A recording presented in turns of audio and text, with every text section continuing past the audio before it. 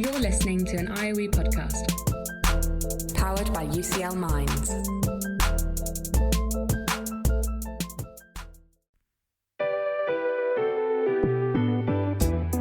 This is Research for the Real World. Conversations with researchers about the paths they've taken to shape our everyday lives.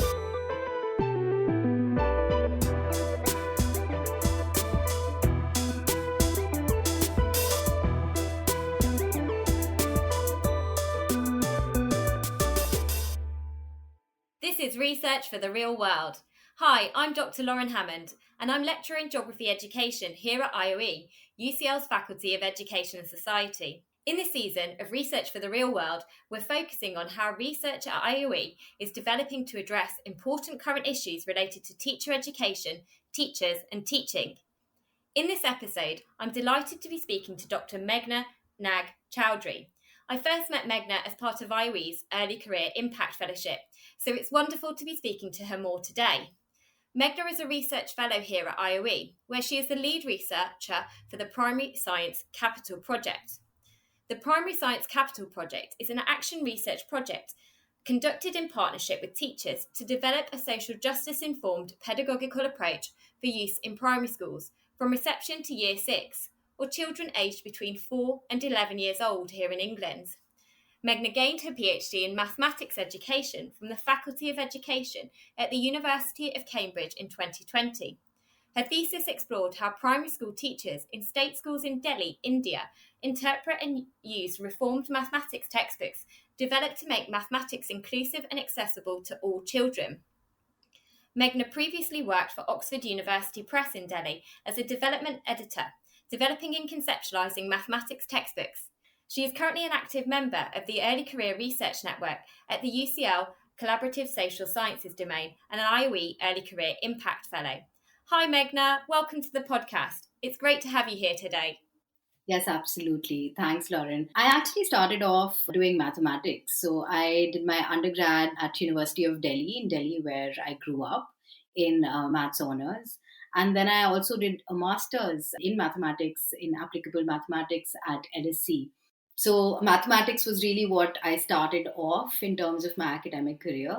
And while I was doing maths, I enjoyed it a lot. Like there were moments when, I loved being in a library on my own doing my math problem. But I also did feel conflicted because I got a lot of messaging that perhaps I was not a real mathematician, because there are these ideas that you have to be a genius to be a mathematician, you have to be really clever. And I kept feeling perhaps I was just like faking it. I was just working hard and doing well, but I was not the real kind of mathematician.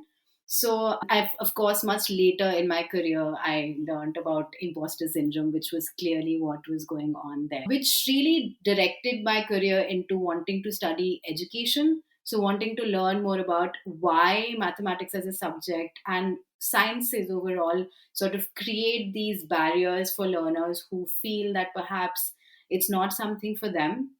So I went on to work in the field of education in India. So I, as you mentioned, worked with Oxford University Press, where I was working with the school division, creating textbooks for schools across India. And it was fantastic. It was a great way of learning about how schools worked, how school sciences and mathematics worked. But I also then wanted to study more in terms of understanding the social aspects of maths teaching and learning, which is why I did the MPhil in maths education from University of Cambridge first. And continuing on the trajectory, I've ended up doing a PhD in mathematics education from University of Cambridge. So that was really the time when I engaged more deeply with the social aspect of maths teaching and learning, how issues of equity and social justice play a key role in who gets to do these subjects and pursue them or not. So that's really got me interested in those ideas.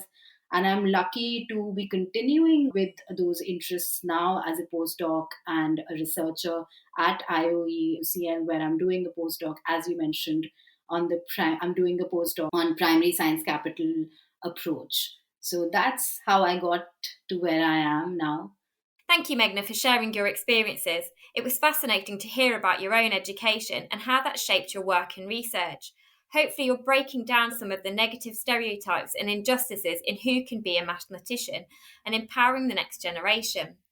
So you're a research fellow on the Primary Science Capital project.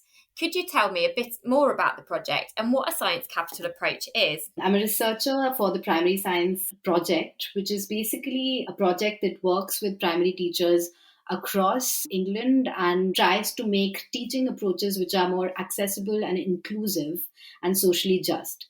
So the idea for the project is really around Science Capital, which was pioneered by the PI, Professor Louise Archer, who's been working in this field of science teaching and learning and issues of equity and social justice for the last decade or so.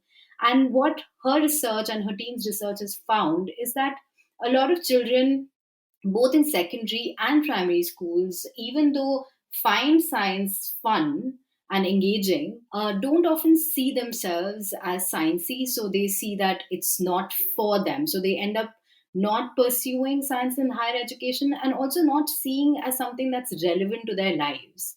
And this is the sort of idea that we're working around, and how can we change that? So it's not just about, oh, that children need to learn more science or they need to be more engaged, but what is happening in school science and the practices around school sciences and teaching and learning that is creating this kind of disengagement among children. So that's fundamentally what we are trying to tackle and the issue that we're trying to work on. So the Primary Science Capital Teaching Approach project, which started in 2019, September, has been funded by Primary Science Teaching Trust and the Ogden Trust. And they've been fantastic funders. They work closely with primary science teachers across the UK and have been great in sort of informing the project and really supporting us in every way in developing this approach. And the project is a research and development project. So both the idea is to create something that is manageable and achievable and something that's actually useful for primary teachers across the UK, and also try and understand better about student engagement with. So the project, as I mentioned, started in 2019, and we worked closely with 20 primary science teachers across the UK and in various different parts. And actually, that's something I was quite excited about, because it wasn't just focusing on London or like certain parts of the UK, but we had a wide variety of schools that we were working with, which had different sort of issues around disengagement. So some schools had a majority of white children with a few students from minoritized communities, whereas we had very sort of diverse schools in, say, Birmingham, which was a completely sort of multicultural school. So it was really exciting to work with a wide range of these schools. And what we do in this project is try to understand with them how we can create science teaching which is more inclusive. And one of the key things about the project is that we are not trying to change the child, but trying to change the practice of science teaching and learning. That's one of the key things that we try to develop among the teachers' understanding of science education. The other really important thing that we're trying to do is not just make science as a destination. So it's not only about creating more scientists in the future and diversity among scientists, which is important. We want to make sure that there's representation in scientist community in the larger field of science, but also make science meaningful for the large number of children who don't find it relevant for their lives. Science can also be a vehicle for them to become active citizens, participate in the community, contribute to the community in meaningful ways. And we want to make science meaningful in those terms as well. The project is also based on ideas of professional reflection and adaptation. So we work with teachers who are critically looking and reflecting at their practices, at their everyday practices, making sure that the ways they do science is more inclusive. It broadens the way teachers think about science teaching and learning, and what gets counted as science in the classroom and who gets to do science. So thank you, Meghna. That's so interesting to hear that children often really enjoy science but don't always identify as scientists or see the relevance of science to their lives either today or in the future.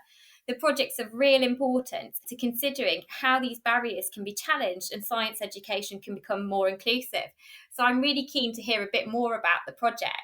How have you engaged with schools and teachers on the project, and why have you done this? Yeah, as I mentioned, that's been one of the most exciting parts of the project, that we've worked directly with primary teachers across England. And they've not just been participants in the sense that they've directly implemented what we as researchers have created. So it's an action research, which means that we've actively collaborated with these teachers. So over the first 2 years of the project, from 2019 to 21, we met these 20 teachers over a series of workshops where we workshop these ideas with them, trying to find ways in which we can create the pedagogical model which is the most usable and which makes the most sense for primary school teachers. We already had a secondary school model for primary science teaching approach, which is available as a teacher handbook. And we wanted to make sure that the one that we create for primary schools is meaningful for the primary school setting. So we engaged with the teachers in a series of workshops and talked through these different aspects of the model, tried to make sense of which ones is important for them, which one is relevant, what additional aspects of the teaching approach need to be expanded on for the relevance in the primary school setting. So what would happen is that we would talk about the model, then the teachers would go back, try and implement it in their practice, come back with feedback, and often change the model, adapt them, change the language around different terms, and then go back into their practice and try it again. So this way of sort of working collaboratively with teachers has been really helpful in creating a teaching approach that's actually highly relevant and manageable and achievable by primary school teachers. So that's been the most exciting thing. And another thing that we wanted to emphasize in this project was that we wanted to make it meaningful for the whole school. We also realized that for it to be a sustainable teaching model, it needs to be something that's embedded within the school culture. So it's not just individual teachers practicing science teaching differently, but how the whole school practices around science teaching and learning can also be changed and shifted towards more equitable science teaching and learning. So again, we made sure in the second year of our project that we did a sort of cascading model where one of the teachers who was involved in our project would support another fellow teacher in implementing the approach and finding ways of embedding the approach within their larger school community. That sounds brilliant, Meghna. Researchers and teachers working together collaboratively is really important to ensure that the approaches that you develop together work in classrooms, labs, and beyond. So it's really fascinating to hear about that work. So, what have been the impacts of the project so far, and what are your plans for scaling up the project? One of the key outputs that we came out with and which we launched last year in October is the teacher handbook for the primary science capital teaching approach. It's an extensive document which has a lot of examples on how to use the approach, examples of everyday teaching of science, testimonials from the teachers who were involved in the project as well. And it sort of is a document which I think is like the first go-to document that we suggest all primary science teachers to have a look at. The handbook's been received really well by the teaching community. I feel it's been downloaded more than 2,000 times from our website. We've got more than 1,500 requests of these handbooks, of hard copies of handbooks, which have been sent out to schools across the UK and actually also internationally. We've got a lot of interest in the handbook from different countries like Portugal, Brazil, Indonesia, interestingly, France, etc. So we've had a sort of international interest as well. We also have several practitioner publications and academic publications that are going to be coming out soon. And you can find information about these outputs from our website, which is www.ucl.ac.uk/IOE/primary sci-cap. You can find out direct links to all of these outputs from there. One other really crucial thing that we feel is really important is actually having impact of this approach at scale. So we're really keen to see the approach being embedded across schools in different parts of the UK.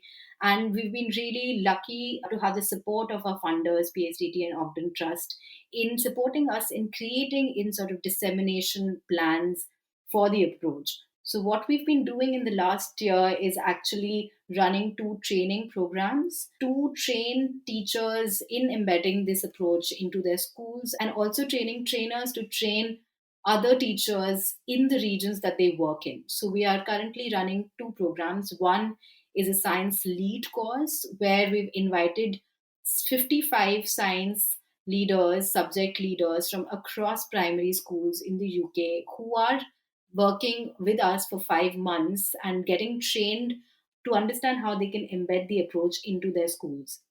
And the other training program that we have is training trainers, and they're going to be accredited after extensively working with us for 9 months as trainers who can then go on to train other teachers. So this sort of scaling up has been really important for us as well. So we are really excited to see how this impacts in the future years and how it really supports other teachers to understanding critical issues of social justice in science teaching and learning.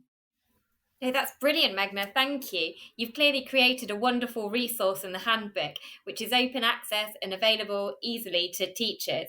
And it's also, as someone that's got a background in teacher education, great to hear about your work in teacher education and how this has been beneficial to teachers in classrooms, but also it's helped them in their professional development too. So fascinating to hear that. So we first met on the Early Career Impact Fellowship, and congratulations again for gaining that. Could you tell us a little bit more about the fellowship and your project on that?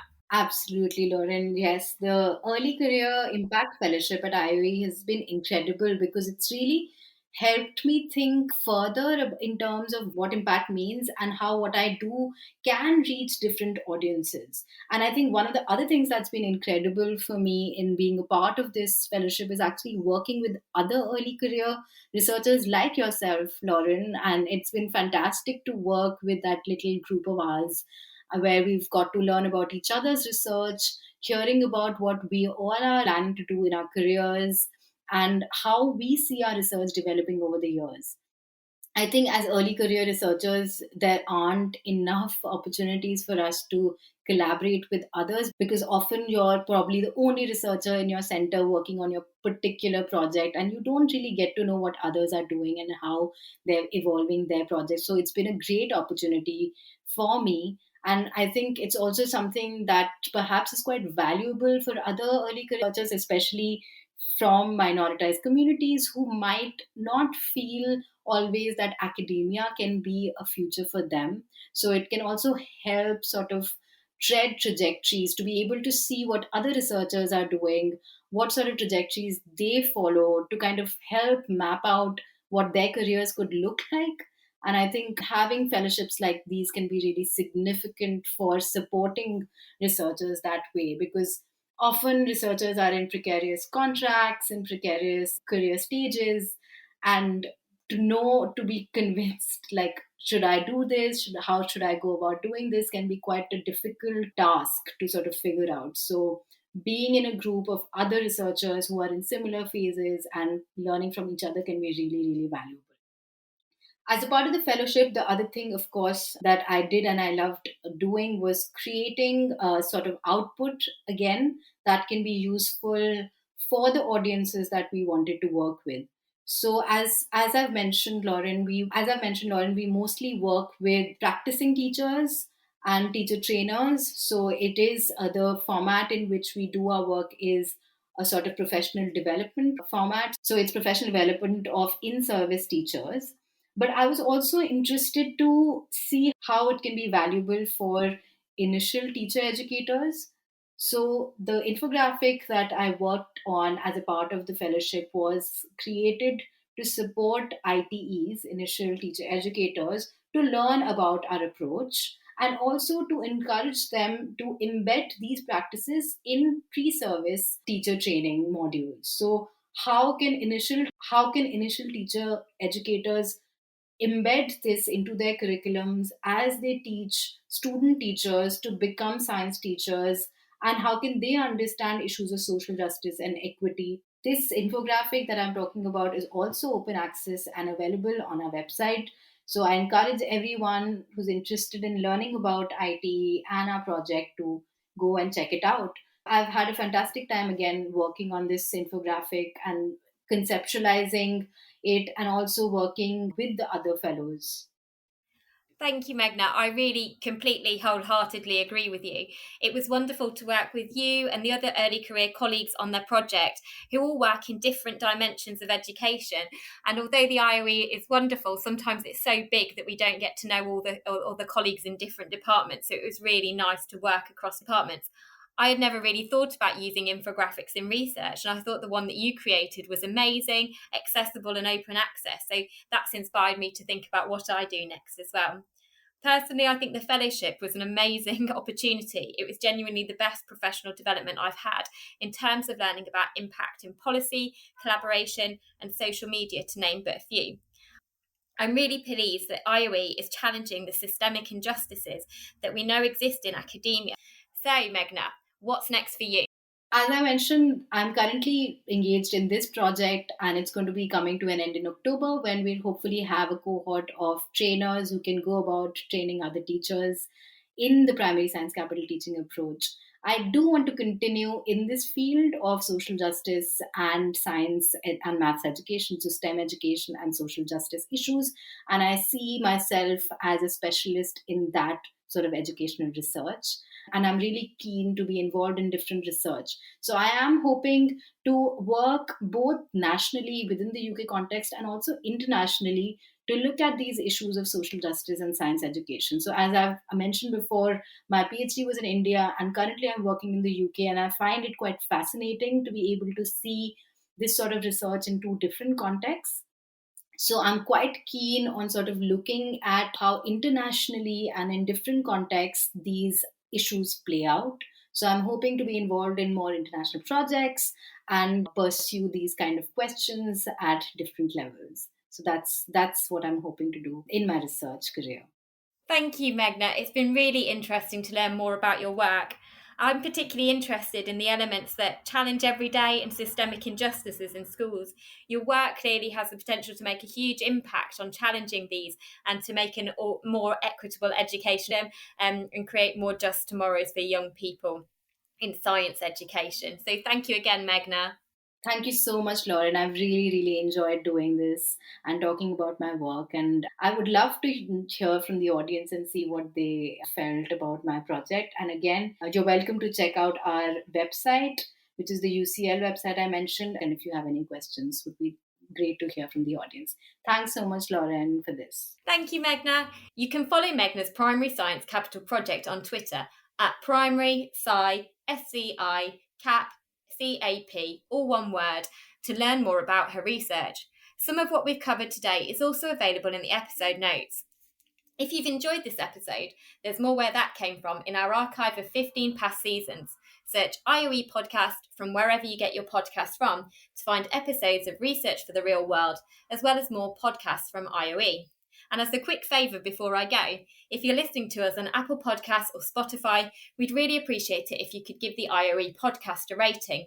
It'll help us share IOE's exciting and important research with more people. I'm Lauren. Thanks so much for joining me on Research for the Real World. Research for the Real World is produced by IOE Marketing and Communications and IOE Research Development.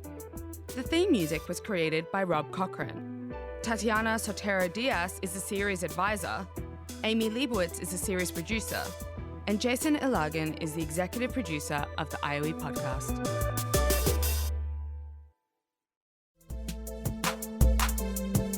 Thanks so much for downloading and listening to this IOE podcast.